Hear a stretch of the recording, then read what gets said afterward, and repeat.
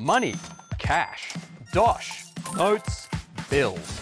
Whatever you call it, many of us would like a little bit extra from time to time. That'd be nice. And the thing is, we can have a little extra cash to burn, even if our bank balance doesn't show it, thanks to services called Buy Now, Pay Later. You've probably seen them lurking at the checkout, and they do what they say on the tin. You buy your absurdly overpriced donuts and pay them off in smaller, interest-free, bite-sized payments. Yum. Ugh. It's the biggest revolution in fintech, or financial tech if you like long words, since credit cards became a thing in Australia in 1974. It's a little card that brings you instant cash.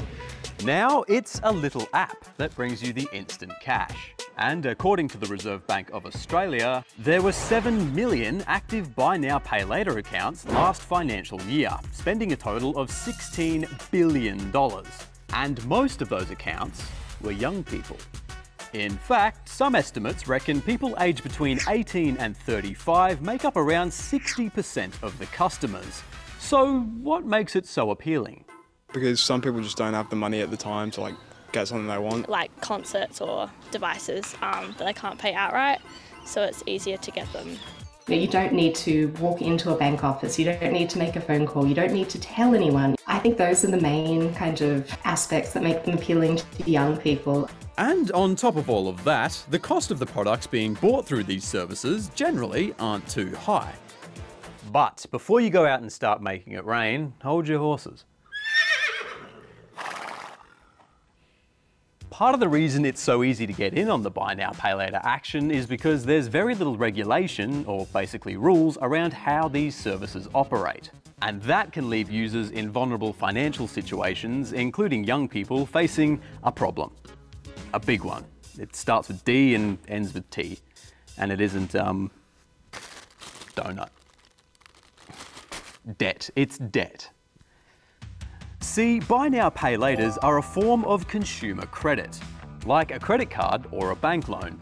But to get those, you have to go through thorough identity and credit history checks to make sure you can actually pay back what you borrow, which you don't have to do for Buy Now Pay Laters. Researchers found that people suffering from financial stress will often use Buy Now Pay Later services even for essentials like groceries, but also that 1 in 5 users miss payments. And when you miss payments, you get charged a fee or interest on top of what you already owe, and in some cases that can be a whopping 50%.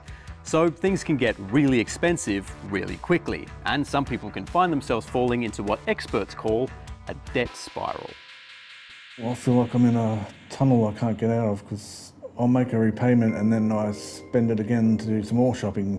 The lack of regulation also means that people under the legal age of 18 can slip through the gaps in the sign-up process and spend up. So they might be signing up using their parents' driver's license, for instance, or they might be signing up under their own name and it's simply not picked up on. And if you end up in too much debt and unable to pay, then you could have debt collectors knocking on your door and ruin your credit score, which you need for things like car loans or mortgages in the future. So I think maybe it seems like a good idea at the time, and then later on maybe they could regret it or something, I don't know. Right now, there aren't many protections in place for those people who find themselves in a spot of financial trouble. And it's just been up to the individual services, like Afterpay, Zip, and so on, to come together and self-regulate. Some of them are quite good in terms of hardship measures for their customers, but some of them aren't, and so it really is just the luck of the draw. The right answer to this isn't necessarily, oh, young people just shouldn't use them, they should never use credit, because it's not realistic. Young people have financial needs, they need to be able to access credit, but they need to be able to do so safely and with appropriate consumer protections in place. This is where the government steps in. They've come up with 3 options. Option 1, tougher industry self-regulation that'll include an affordability test. Option 2, applying a version of the Credit Act, which is used for things like credit cards and loans, but a little less strict.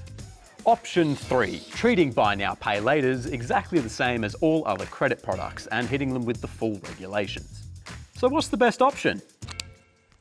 Dunno. Some people, including some of the buy now pay laters, reckon option 3 is the way to go, while others say the risks with buy now pay laters are far less than normal credit options and it's overkill. But something almost everyone can agree on is that some form of change needs to happen. The right sort of regulation will ensure you've got checks and balances so that people who simply can't afford it should find it difficult to prove the case about why they should get another account. Yeah, I think there should. I think there should be more rules around who can use it. Just making sure that you have a job that you can afford to pay back these services later. This is a kind of credit product that's used by young people, and for many of them will be the first form of credit that they use, so we need to make sure that doesn't go really badly for them. Whatever regulation gets the green light, it won't come into effect until later this year. But if you are over 18 and you are already using these buy now pay later services, there are a few things you can do to avoid the dreaded D word.